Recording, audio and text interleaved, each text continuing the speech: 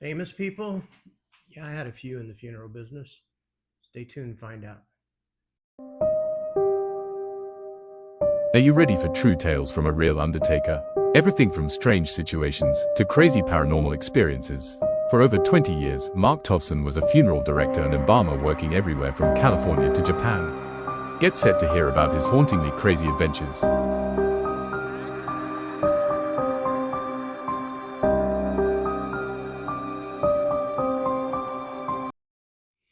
Hello, welcome back to my YouTube channel. My name is Mark. I'm a former funeral director. I did it for 20 years. During that time, I've had some experiences that I thought might be interesting to people, and some of my friends have told me that I should do a video about my experiences to share with people who are either interested in the funeral business or are looking to get into it. Um, Now, as far as famous people, I didn't have many experiences when I was a funeral director. When I used to work at the movie studio as a stuntman, I met many famous people. Uh, I actually got drunk one afternoon with the famous actor Lee Marvin. A friend of mine ended up cremating him a few years later.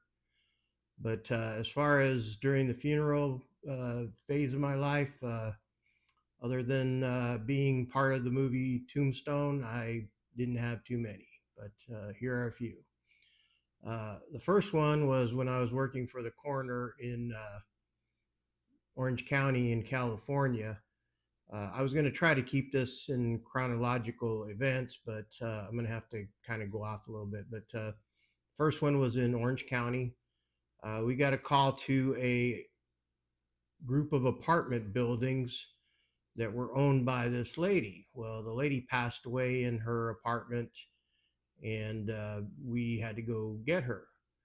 Well, she was very wealthy because her father was a very famous Hollywood producer back in the like 40s and 50s.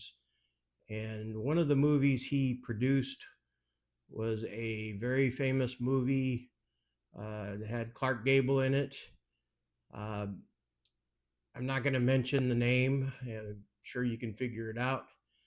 But this woman was kind of a recluse, and she owned these apartment buildings. And the neighbors and her renters said they really never saw her much, other than maybe when she would come pick up the rent or if there was some kind of an issue with one of the apartments.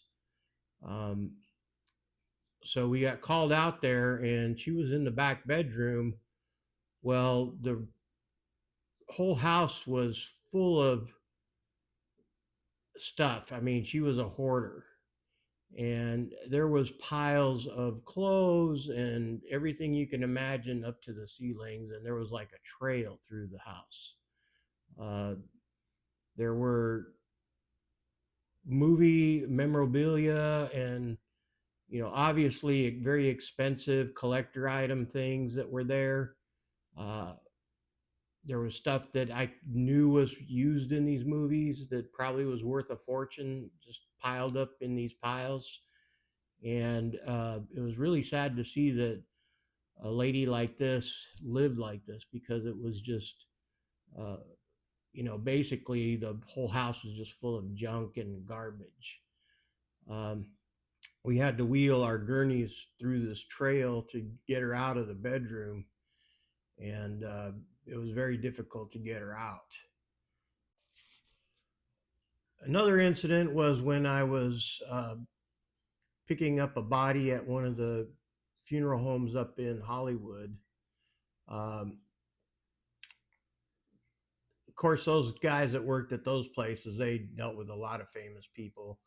I was down in Orange County, but I just happened to be there when Lucille Ball was brought in after she passed away. I did get to see her.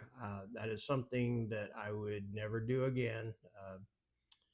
When you're in the funeral business, you learn that people, when they pass away, something important leaves their body.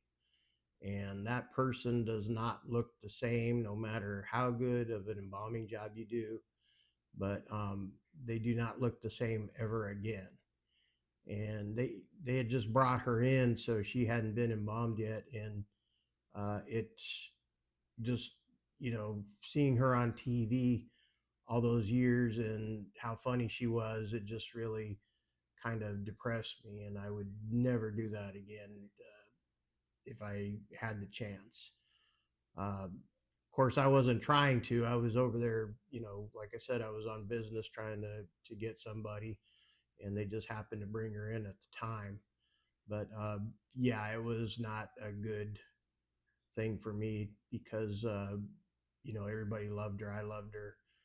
She was so funny, and yeah, it's something I wouldn't do again.